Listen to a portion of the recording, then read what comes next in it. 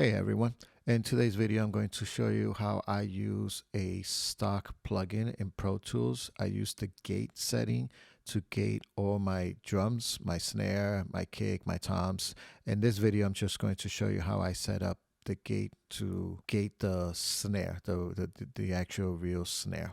So now there are other plugins that are really great and I actually use them as well, but for me I think the gate plugin in Pro Tools is just as good as what's out there. Let's start. So here is, I have a drum mix. I'm just going to play the drums just for a little bit, just so you can hear the snare.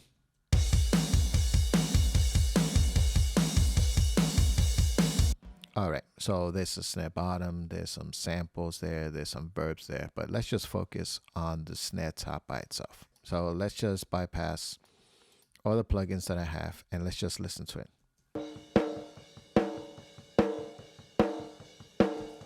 Okay, it's very ringy, very thin sounding. It doesn't have a lot of bottom end and there's a lot of bleed. So let's go ahead and open up the gate plugin. And what I'm going to do is I am going to go to factory reset so we can start from the beginning. Okay, so there is a preset that comes with Pro Tools called Simple Gate. And I'm going to start with that one. Okay, then I click on the look ahead. And let's take a listen just by itself without touching anything.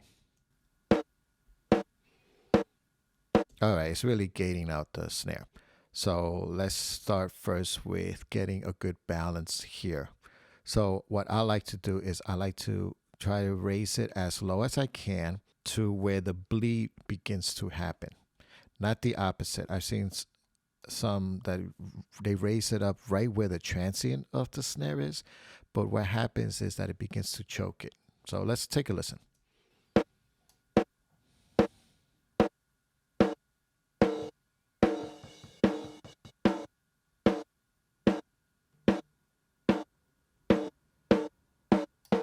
Okay, so right there I think it's a good starting point. So you can see that you're still hearing the snare and you're hearing the full snare, but the bleed is kind of been removed, but it still has no resonance. Okay, then let's work on the range. The range is too much. Minus 80 dB of gain reduction I think is just too much, so I'm just going to bring around 20 or so.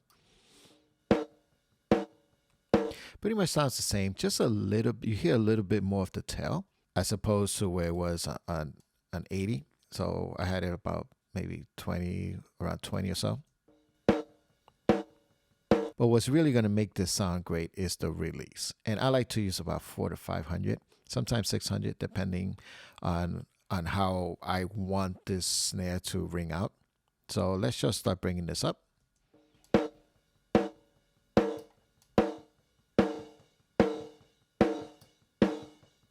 Yeah, I landed about 550 milliseconds, and I think that that's sounding pretty good. So let's do a before and after.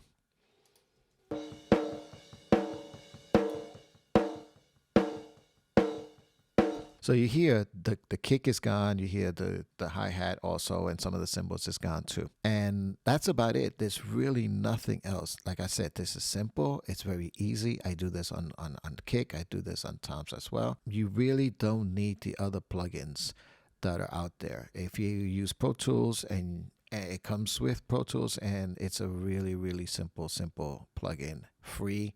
You don't have to worry about buying it. So if you have any questions or any comments, please leave them down below. I answer all questions, and until next time, happy mixing.